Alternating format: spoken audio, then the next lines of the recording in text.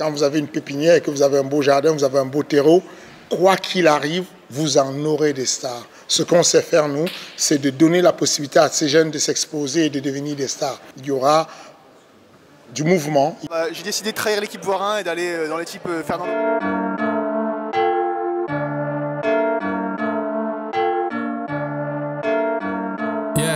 Feel like John Moran, need a triple double. Told him check the stats. Yeah, I got a couple. I don't draw the ball. Now I never fumble. I'm the MVP. Now I feel like Russell. Feel like John Moran, need a triple double. Told him check the stats. Yeah, I got a couple. I don't draw the ball. Bonjour à tous, bienvenue sur Gong pour ce petit vlog, sur la RES 17. Donc on y va à pince en tranquillos, vu que c'est juste à côté du studio de Gong. C'est à Levallois, Palais des Sports Marcel Cerdan.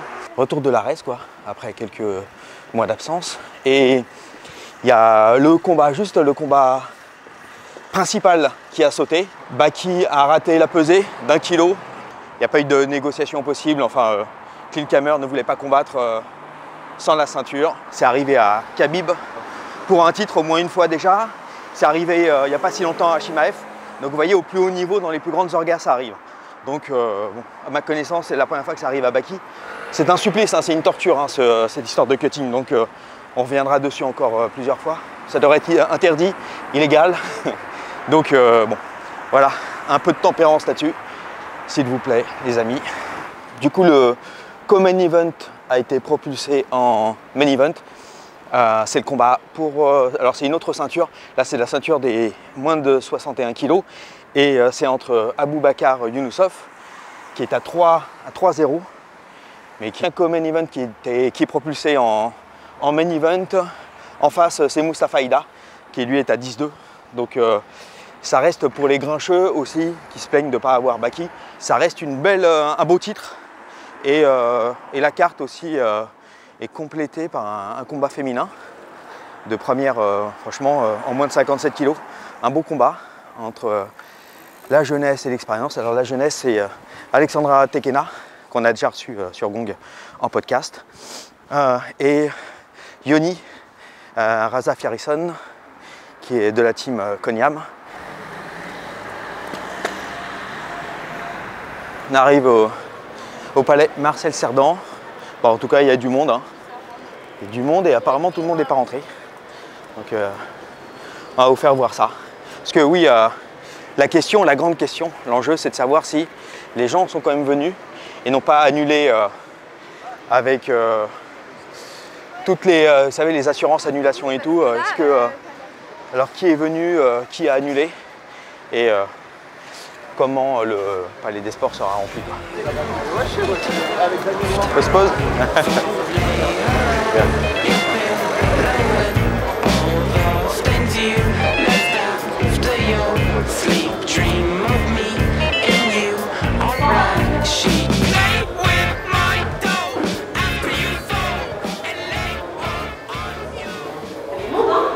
Bah quand même hein. Ouais. Ah ouais. Ça va, t'es soulagé? T'es soulagé? Ouais. Bien, je vais t'installer. Ouais.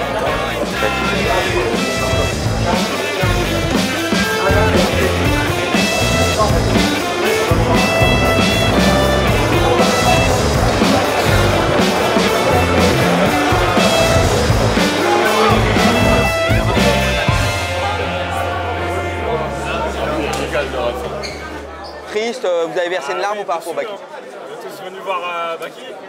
Surtout là, quand on a eu la nouvelle hier matin, là, on était grave déçus. Hein. Ouais. On l'a pesé, raté à 1 kg. Par contre, vous êtes venus quand même, vous n'avez pas essayé d'annuler ou... Non. Non, ça y est, les places sont prises. Ah ouais, ça y est. Ouais. En plus, c'est la première fois qu'on vient première fois à la RES. Ah oui, première, ah bah quand même. On a entendu que Younousov, il était bon, donc au moins... En plus, voilà. Vous allez voir Younousov à l'œuvre. Et aussi Tekena. Alexandra Tekena. Vous avez découvert le MMA avec RS? Non, ça fait très longtemps. Je crois déjà c'était à l'époque sur YouTube et encore DVD, on voyait les temps cabotes. Ouais. Vraiment à l'ancienne. UFC Londres, on était parti voir le dernier combat de Cyril Diabaté contre le Suédois Latifi, je crois, il est dans la team à Khamzat maintenant, qui l'entraîne. Je crois que maintenant il a changé Khamzat, donc je sais pas. Ouais. Et je crois qu'on était tout en haut, on avait pris les dernières places, on était à l'O2 Arena, les dernières places tout en haut, et je crois qu'on était les seuls Français. Et c'était votre premier UFC? Première fois, ouais. Ah ouais. Vous êtes retourné là à Paris ou pas? Impossible d'avoir les places, c'est compliqué à avoir. C'est l'enfer. Hein. Anniversaire ici avec les camarades, on est venu revoir Baki, mais bon, il combat pas. Mais on va voir Mustapha Aïda. Je pense que je pense qu'il va le faire ce soir. Il va pas se faire amener au sol. Et il va dans le troisième round. Il va rester debout, J'espère. Je pense que même s'il se fait amener au sol, il va savoir se relever. Et au troisième round, il va finir. En tout cas, c'est vrai que c'est un beau combat. Hein, vous suivez depuis longtemps, Mustapha? Ouais, depuis qu'il combat. Hein, et la carte, alors, vous la trouvez comment? Moyenne. À la base, il y avait Jackie. Un peu comme la bière en France, parce qu'on vient de Belgique. 3 heures de route, pas de Baki, et il n'y a aucune bonne bière. La seule bonne bière à la pression, c'est quoi? C'est la Carmélite. Ouais, c'est vrai. Alors on arrive ici, pas de Baki, pas de bière. Hashtag déçu, mais on rigole. La Belgique. T'as eu envie de rentrer direct. D'abord le combat. Ouais. Mais après on rentre direct. Normalement, il va y avoir un beau combat là, entre Mustapha et Younoussov. Ouais. On espère. Alexandra Tekena aussi, qui oui, combat rapidement, ça va être bien. C'est vrai, hein, contre Yoni, hein, c'est une guerre des générations là. Ouais, je pense que ça va être bien aussi celui-là. Ouais, c'est vrai. Hein. Ouais. Non, vous suivez bien, vous êtes des vrais. Forcément, vous êtes des vrais fans. Parce que vous êtes fans de vous. Sinon, on viendrait pas de Belgique. En dehors de la boxe, vive le houblon. Et quoi? Le houblon. Le houblon. Et... À 8 €. À 8 € le houblon aussi. À 8 €. Aïe aïe aïe aïe. La fine équipe, je regarde à chaque fois que ça sort, c'est vraiment un plaisir. La fine équipe, c'est, on dirait une bande de copains qui parlent pendant 3 heures de MMA, et ça c'est plaisir. Exactement ça. Et sans langue de bois, et c'est surtout ça qu'on veut maintenant. C'est peut-être un des seuls sports où on supporte les Français. En général, il y a la Belgique, la France, le football, tout ça. En général, on est un petit peu pas trop copains, mais c'est la francophonie avant tout. Donc allez les francophones, allez les Français. Et c'est de la part d'un Belge. Super. Voilà. Merci, hein. Et profitez bien les mecs. T'es un fan de quoi au départ? De sport de combat, tous les sports de combat? Tous les sports de combat, Mathieu, viens. Tu vas où là? On va chez le karaté Bushido. Désolé, en plein interview. Ouais. Karaté Bushido, je fais des interviews et tout ça. Ah ouais, c'est marrant ça. Sale traître. Vas-y. Excuse-moi, petite parenthèse. Donc ouais, au départ, tu es fan de tous les sports de combat? Depuis tout petit, depuis Fedor, Georges Champière, John Jones, depuis le début de... J'ai 38 ans, donc depuis le tout début. D'accord. Un vrai, ça fait plaisir. Et Gong, alors tu suis depuis un bout de temps aussi? Depuis très très longtemps, depuis les premiers reportages. La vérité, c'est qu'on est tous venus voir Baki. Ouais. Après, le Common Event est vachement intéressant parce que les frères Younoussov, ils promettent. Mustapha Aïda, on parlait de lui pour affronter la Pilus à un moment donné. Ouais. Donc on va voir. C'est vrai, ça va être un beau combat. Tekena aussi, tu suis un peu ou pas? Tekena, Alexandra Tekena? Alexandra aussi un petit peu, ouais. Ouais, d'accord. On a déjà été, on a fait Comment tu trouves 13. C'est la numéro 1, certainement en France. En France, on est d'accord. Et puis il y a des gros. Je pense que c'est là où il y a les meilleurs prospects actuellement. Ah ouais. Et Virgil Augin, Axel Sola, Baki. Enlève ton bonnet.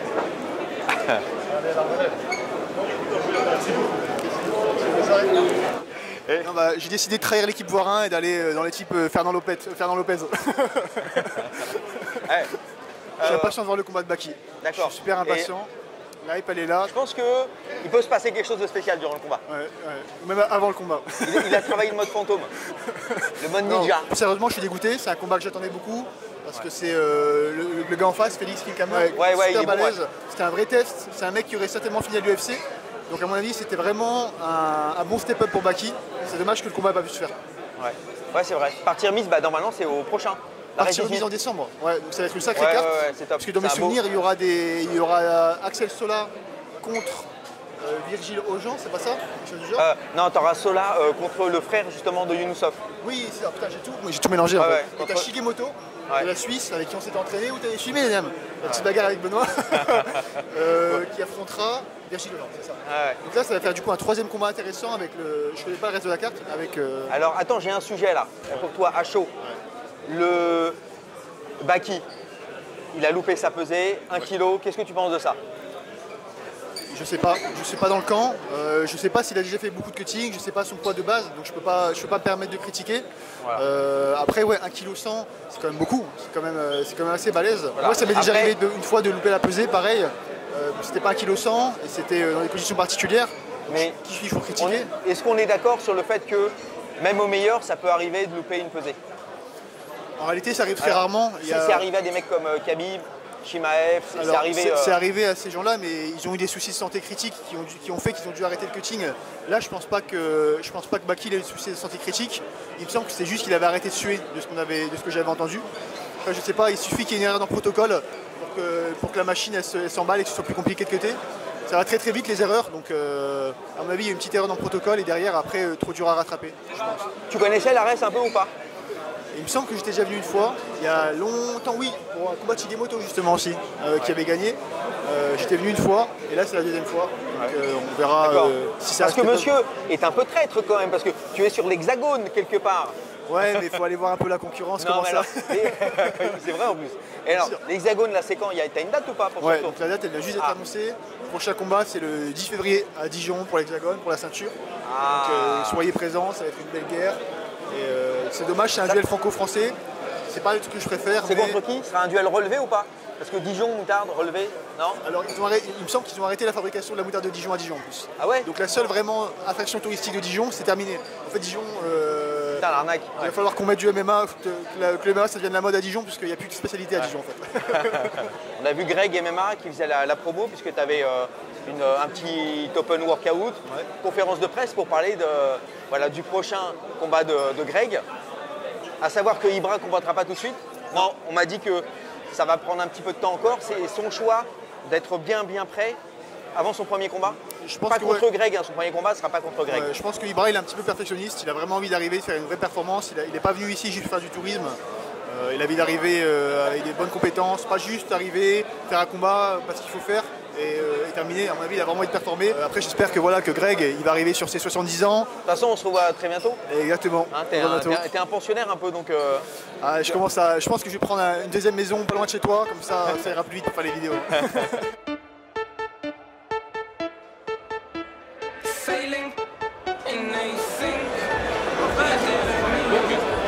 Ah. Merci. Hein. C'est pour quand la prochaine début décembre. Ok. Le chassissant, c'est bon. Le chassissant, ah ouais d'accord. Ah bah c'est marrant, on met une tête sur un com. Super, en tout cas bah merci hein, les mecs et puis merci à toi de prochaine. Hein. Merci. Hein. Merci ouais. Ça change de la sueur. Ah merci. Continue, merci.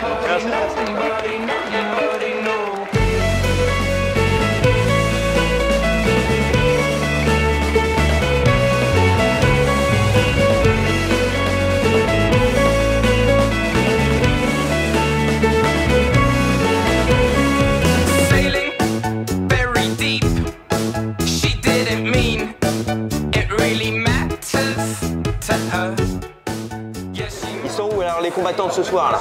Là donc t'as Cyril Gane, les frangins Younousov. Ah putain en double, c'est classe. 10 exemplaires. Oh. Celle-là c'est une édition vraiment limitée. Super. Toutes les cartes elles sont à 100 exemplaires, sauf celle des frères Younousov qui est à 10 exemplaires. Toutes les cartes à 100 exemplaires, donc c'est ça. Vas-y explique-nous un peu ton projet. Donc voilà, nous on a lancé ça avec mon associé Nabil il y a à peu près 8 mois. On planche sur le projet, on voulait sortir un produit qui fasse que, en gros, le combattant ait une actualité après son combat. Les footballeurs, ils ont une fréquence de semaine, toutes les semaines ils jouent. Le combattant d'un sport de combat, il va combattre 3-4 fois dans l'année. Et après, il retombe un petit peu dans l'anonymat s'il n'a pas une grosse présence sur les réseaux sociaux. Donc là, ce que nous, on voulait créer, c'était un souvenir qui reste pour les fans, pour le combattant. Et en même temps, c'est en édition très limitée, 100 exemplaires, signé de la main du combattant. Alors en général, c'est 100 exemplaires par carte. Par carte et tu peux... Alors elles sont signées. Elles sont signées. Pour bien que voilà. Les gens pigent. Hein, donc voilà. Elles sont signées, elles sont classe. Hein, franchement, je ne sais pas comment elles rendent à l'écran, mais je peux vous dire que c'est classe. Et j'ai pas de com, hein, zéro. Donc je dis ce que je pense. De toute façon, c'est le credo de la chaîne. Hein. Et au verso de la carte, tu as donc le nom, le prénom, toutes les informations, la catégorie de poids, la taille, tu as la date de naissance et le palmarès. Ce qui nous permet de refaire une nouvelle carte à chaque fois que le combattant a un nouveau combat. Voilà, donc c'est des cartes qui vont être actualisées. Exactement. En gros, au fur et à mesure de la carrière du combattant. Exactement. Voilà. Et c'est quoi le deal avec les combattants alors? Les combattants perçoivent un pourcentage des ventes, bien entendu. Il faut qu'on soit dans quelque chose. La valeur de la carte, elle est de 30 €. Ok. Voilà. Ça signifie quoi par rapport au combattant? C'est-à-dire? Dans le sens où, ok, le combattant, il a sa carte. Ouais. Mais on m'a volé mon boulot là. À quel moment est-ce que sa carte est documente? Il pose des questions. Mais en fonction de sa carrière. Ah, super. C'est-à-dire qu'aujourd'hui, on fait les cartes des amateurs notamment. Et un amateur qui va devenir professionnel, les collectionneurs. Donc ça fait combien de temps que tu connais la chercher. En premier temps, c'est Non, parce qu'en fin de compte, dans le MMA, tu as combattant amateur. Ça fait vraiment plaisir. La Fédération française amateur-amateur. Ensuite, tu décides de passer professionnel. Mais avant de passer professionnel, tu as déjà un palmarès. Donc tu vas prendre par exemple un Patrick Abirora. Il est champion d'Europe amateur. Il n'est pas encore passé professionnel. Donc les collectionneurs recherchent toujours les premières cartes d'un joueur qui passe professionnel. Exactement. Aujourd'hui, par exemple, la carte qui a le plus de valeur de Zinedine Zidane, c'est sa carte quand il était à l'AS Cannes. Avant de... Exactement. Okay. Voilà. Une carte d'un combattant où... Vous avez récupéré les mêmes principes. Exactement. Voilà. Comme les cartes NBA aussi. Exactement. C'est exactement le principe. C'est exactement le même principe. Ça, c'est le principe du collector en fait. Exactement. Voilà, ça, et surtout, quand tu es détenteur d'une des 100 cartes, quand tu as tes potes qui viennent à la maison, le premier truc que tu as envie de faire, c'est de leur montrer que toi tu l'as et qu'ils ne l'ont pas. C'est laquelle la carte maintenant sur laquelle il faudrait peut-être miser? Tu peux miser sur qui tu veux aujourd'hui. Bah oui. C'est quand même un avis, c'est quelqu'un qui propose. Non, tu peux miser. En réalité, tu mises. Vous misez sur qui là? Sur qui vous misez là? C'est ça que je voulais savoir. Moi cette carte-là me plaît énormément, celle d'Ibrahim Mané. Pour moi, par exemple, c'est un combattant qui est sous-coté par rapport à ses compétences. Mais je pense qu'il va aller très très loin. Les Younoussov, non? Si, les Younoussov aussi, c'est du solide. Là, par exemple, celle-ci, elle a 10 exemplaires uniquement. Ah ouais, ça c'est une... C'est pas une carte qui a 100 exemplaires. Celle-là, elle est en 10 exemplaires. D'accord. Et combien, même prix? Non, elle est à 60 €. Ah. La rareté fait le prix. Oui. La rareté fait le prix. Et Gann, alors, faut miser sur lui ou pas? Ah bah oui, Gann, c'est notre étendard. Je pense qu'il fallait miser plutôt. C'est notre étendard. C'est notre étendard. Gann, c'est notre étendard. Ça va, j'ai pas eu à le dire. Alors un truc en live là, vous faites un petit cadeau pour les gangsters, un cadeau que je ferai gagner aux abonnés de Gong. Mais carrément. Avec plaisir. Carrément. Et tu penses qu'il faut leur faire gagner qui aux abonnés de Gong? Vas-y, allez, on mise sur allez, Younoussov, les frangins Younoussov. Allez. Ça va être un beau cadeau pour les... Allez. Et... La doublette ou un des frères? Le doublé. Le doublé. Le doublé. Monsieur est un connaisseur. Il y en a un qui combat ce soir pour la ceinture et l'autre la fois prochaine, donc le mois prochain pour la... Donc la doublette.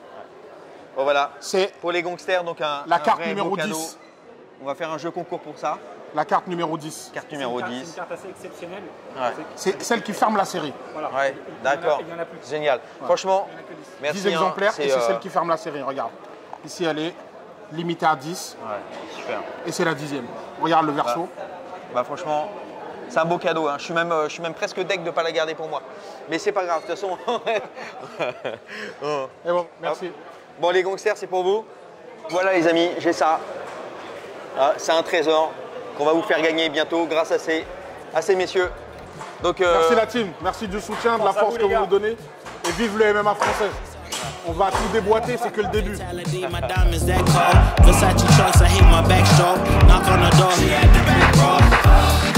Take is a little taste. I like girl blue eyes with a little bass. Here for the thrill, I don't need a chase. Wanna vibe and get away. Shimmy, shimmy, yeah, I got the semi-4 weight. Don't step out the line like this a probate. You hit the line and try to locate. This for the time, got time for no day. Whoa. Too many, I'm going. Too crazy and I got bad ones and they ready. A good time, so now it's into it, we left the edge. Can't remember anything, but I know we got lit. I'm here because my husband, Agi Sadari, is fighting, so that's why we are here, like a family. His name is Loa, and I'm so proud of him. He worked so hard, he trained every day 2 to 3 times, and he was waiting so long for this fight. And then he just finished it in the second round. it's incredible. We are so happy because he deserves it all. Yeah, we have her name is Lucy Sadari. She's 3 months old, and she goes everywhere with me. She goes with the training, so she's very young, but she will grow up in like a really warm culture of fighting with a very nice team of boys, and looking at her father, who is the best. I think there are many good fighters here in France, and really great that the opponent wants to fight him, because nobody wants to fight him for over 1.5 years. So it's very frustrating. So really much respect for his opponent. And I think that in France there are a lot of people, a lot of fans, a lot of fighting people who want to see fights. Play with mine till after I fall, lay around your pillow with all the rest. I can you write me a song for my child? He's poor. Play with mine till after I fall, lay around your pillow with all the rest. I can you write me a song for my child? Point more.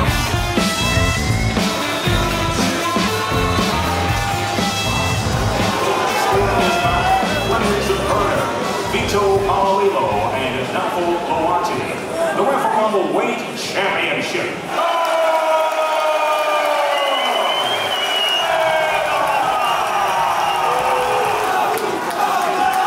Way I drift, falling towards the lens, accusing her own eyes.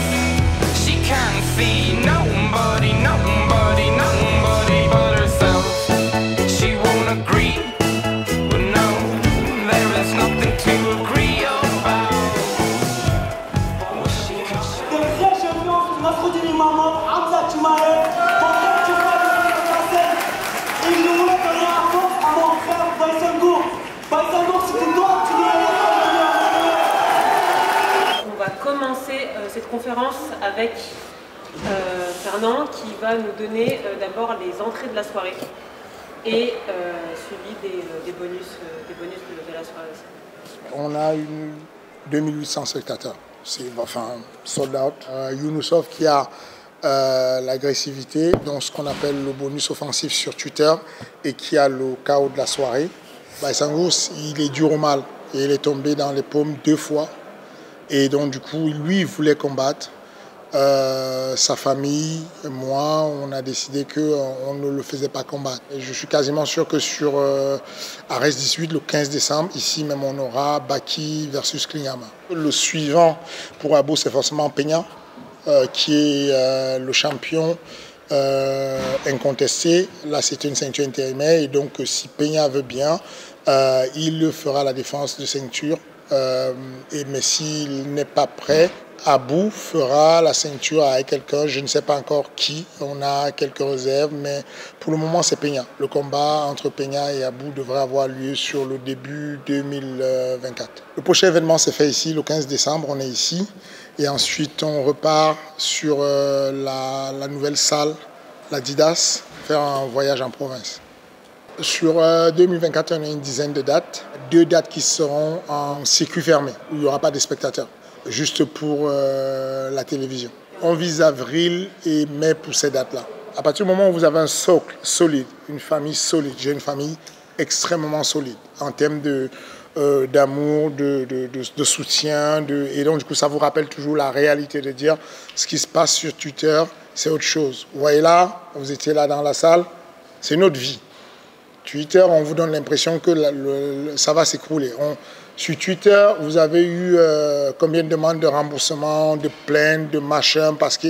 Et là, Baki s'est baladé dans la salle, il n'y a pas eu une fois quelqu'un qui a dit bouh, quoi que ce soit, c'était clean. Twitter, c'est une autre vie, La réalité, c'est une autre vie. Et si j'ai un conseil à donner aux jeunes entrepreneurs, c'est de garder ça en tête, de vous dire que ce qu'on vous dit sur les réseaux, il faut que vous soyez capable de réitérer votre volonté à entreprendre et ne lâchez jamais l'affaire. Vous avez des jeunes qui ont 3 combats, qui deviennent stars à cette puissance. Vous ne voyez pas que ce qu'on a, il est là la star d'ailleurs. Vous ne voyez pas que ce qu'on a finalement, c'est que ce n'est pas qu'on a des stars, c'est qu'on a une capacité à créer des stars.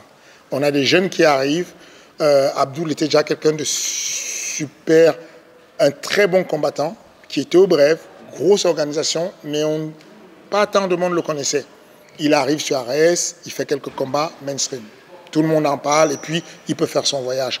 On focalise beaucoup sur les départs.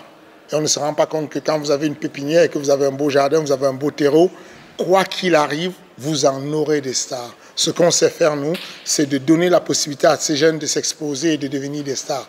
Et donc, on va le faire et refaire tant qu'il le faudra. Il y aura du mouvement, il y aura des gens qui vont vers l'avant, mais on a la capacité de sélectionner des gens qui sont particulièrement bons. Regardez le combat de Mimbatirov.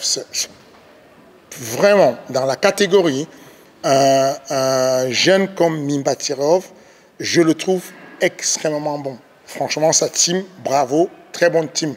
Je ne veux pas qu'il se décourage parce qu'il a perdu aujourd'hui, mais en face de lui, il y avait un tueur à gages. Cet Anglais, il a fait tout le roster en Europe, il a fait les grosses organisations, et on est capable d'aller chercher les mecs comme ça pour apporter de la grosse compétition. Ça veut dire que quand il y a un qui bouge, quand il y a William Gomis qui s'en va à l'UFC, quand il y a un Taylor Lapus qui s'en va à l'UFC, on a toujours du renouveau, on va toujours créer. On ne va pas aller chercher des anciens stars, du Bellator, des vieux stars, du PFL. Non, on prend des jeunes, on leur donne la possibilité. Quand on annonçait le combat Abou contre Mustafa Eda, tout le monde a crié au scandale. Regardez aujourd'hui, des fois, il faut juste croire en ce qu'on est capable de faire, ensuite ça avance. Donc je vous dis, ne vous inquiétez pas pour 2024, on a plein de pépites qui arrivent. On a signé 6 nouvelles filles, on a signé des jeunes gars. Enfin, ne vous inquiétez pas, il y aura des stars sur RS.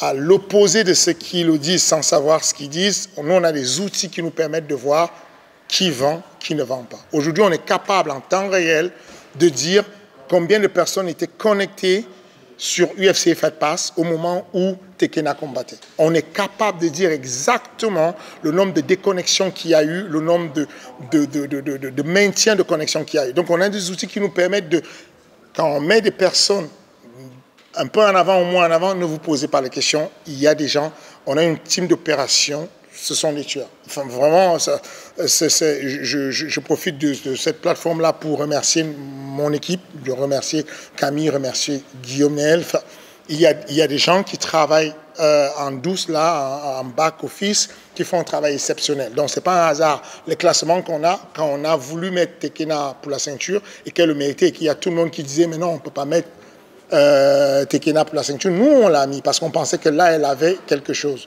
Là, aujourd'hui, sur la Fight Card qu'il y avait, il y avait des gros vendeurs sur la Fight Card. Bien que ça vous paraisse pas...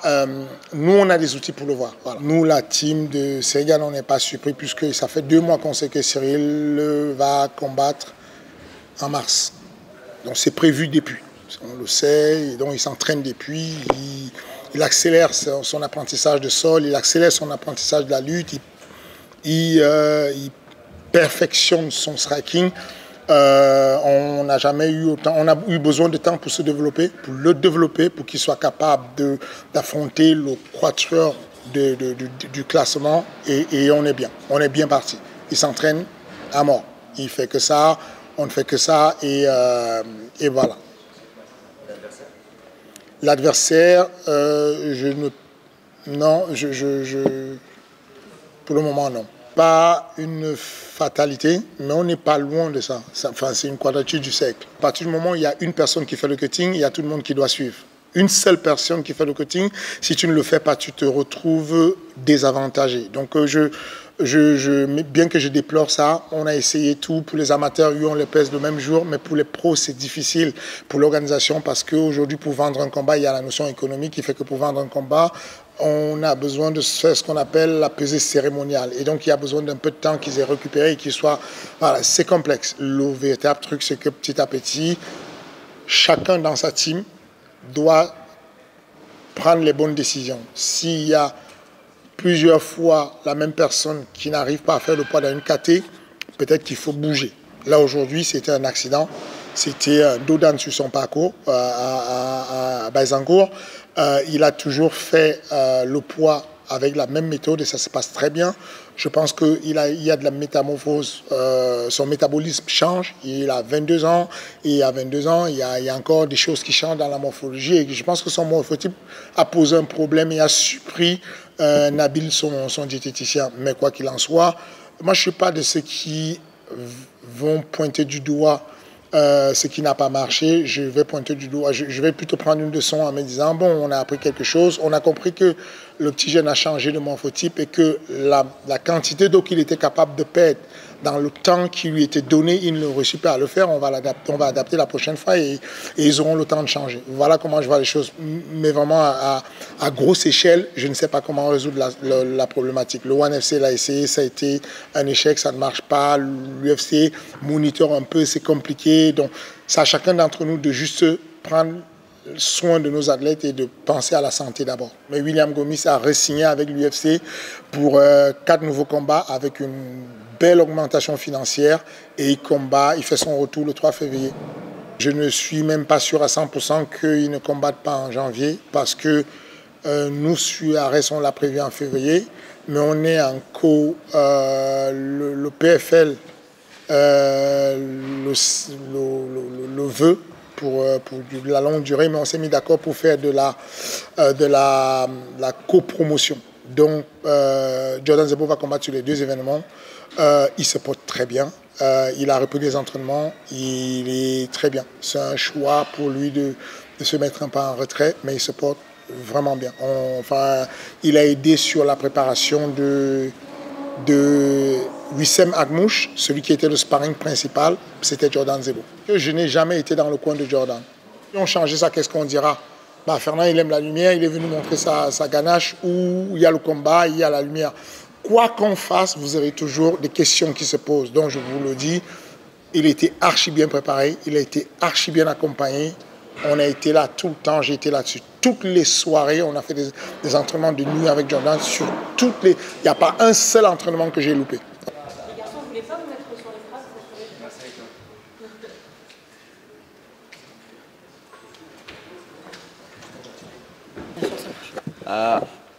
Avant qu'on commence, je voulais remercier Benjamin Sarfati et Fernand Lopez. C'est grâce à eux on a eu l'occasion pour faire tout ce qu'on fait maintenant. Donc, merci beaucoup Fernand Lopez, merci beaucoup Sarfati.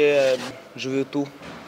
Je veux tous les ceintures, 57, 61. Je veux la tête de Demarté Peña.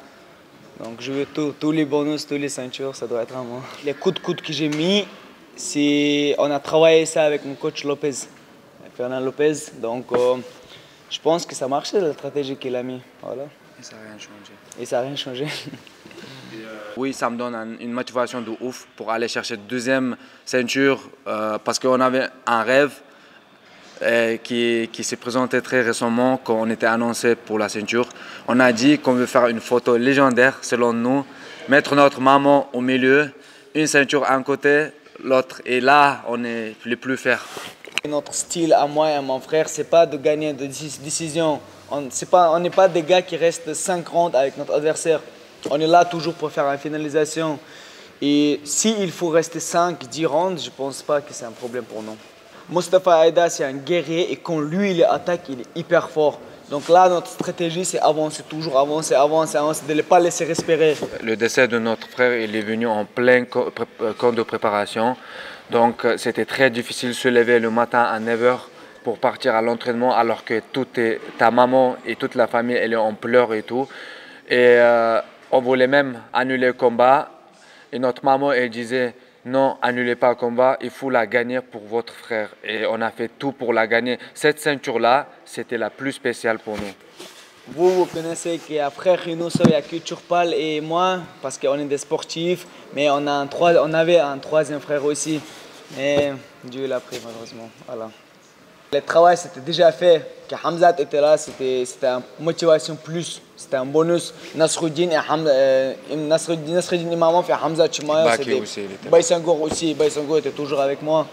Donc frère, quand tu as des monstres comme ça à côté de toi, tu ne peux pas perdre. Ça t'a mis la pression un petit peu? Non. Je te jure, peut-être c'est bizarre, mais je ne suis pas quelqu'un qui a un pressing, genre quelqu'un qui stresse. Même si c'était un combat qui est le plus dur dans ma vie, c'était un combat le plus important dans ma vie, mais j'étais en mode, je suis en entraînement, je m'en fous.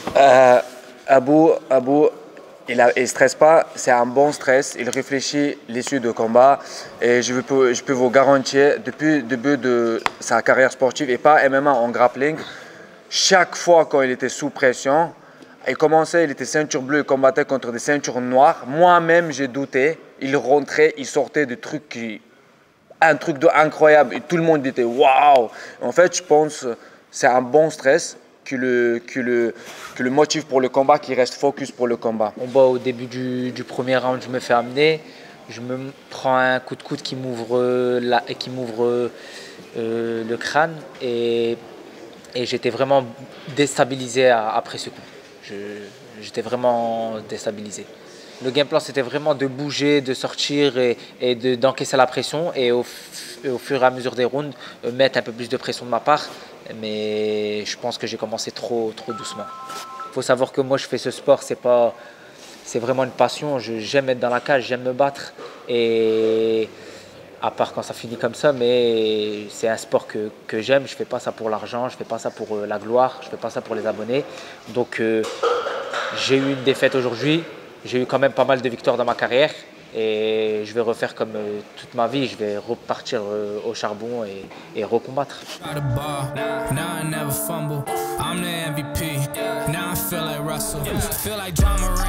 Need a triple double, told him check the stats. Yeah,